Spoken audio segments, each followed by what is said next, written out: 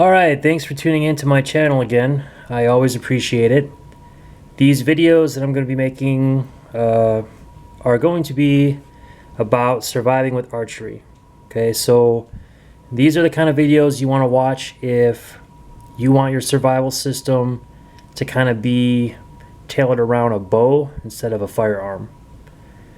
Now, what I have here is my compound. I really do like this bow. I have had it for a number of years.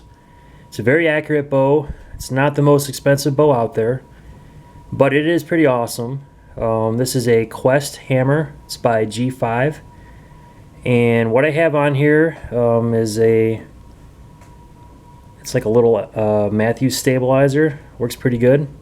It's got their Lost camo on it, I think. I think this is called the Action. $89. Okay. This is a basically Trophy Ridge arrow rest. Got it at Walmart for a Walmart price. Works really well. And I got these sights right here used. I think I paid like 10 bucks for it, but this is the second set of sights I've had on it. That's the second divider I've had on it. That's broken. This is a third string I've put on it. I've had to repair this thing before.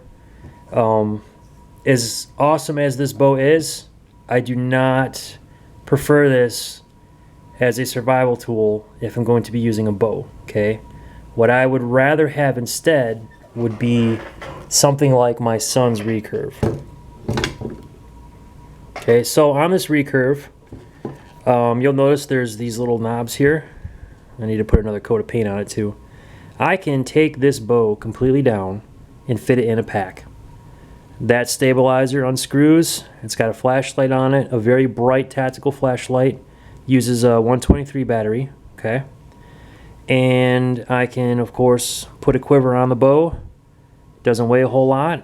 And with this, I can use field tips or broadheads.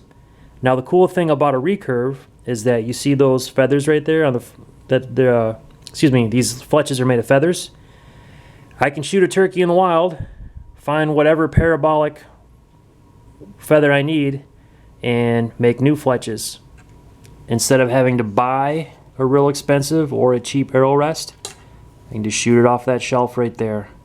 That felt should last a while. I can replace it with moleskin if I absolutely need to, or fur or whatever, and it does the job.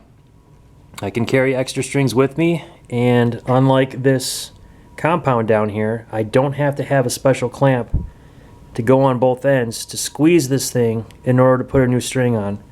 Everything that's on here I can pretty much fix in the wild or make in the wild. Okay. The other cool thing about a Recurve over a compound is that I can shoot wooden arrows out of this Recurve. You try to shoot a wooden arrow out of a compound, it's going to shatter and it's going to splinter through your arm, and it's nasty. Just not cool. So in my experience, pardon me, a good Recurve, traditional style Recurve, is going to outperform a compound for a longer period of time. It's going to be a little more survival purposed than a compound. Compounds are very accurate.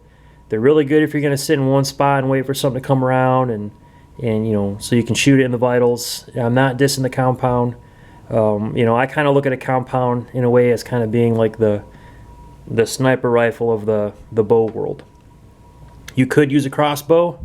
Crossbows are a lot heavier, but in my mind, for survival stuff, for having like a tactical system that incorporates archery, the Recurve is the way to go.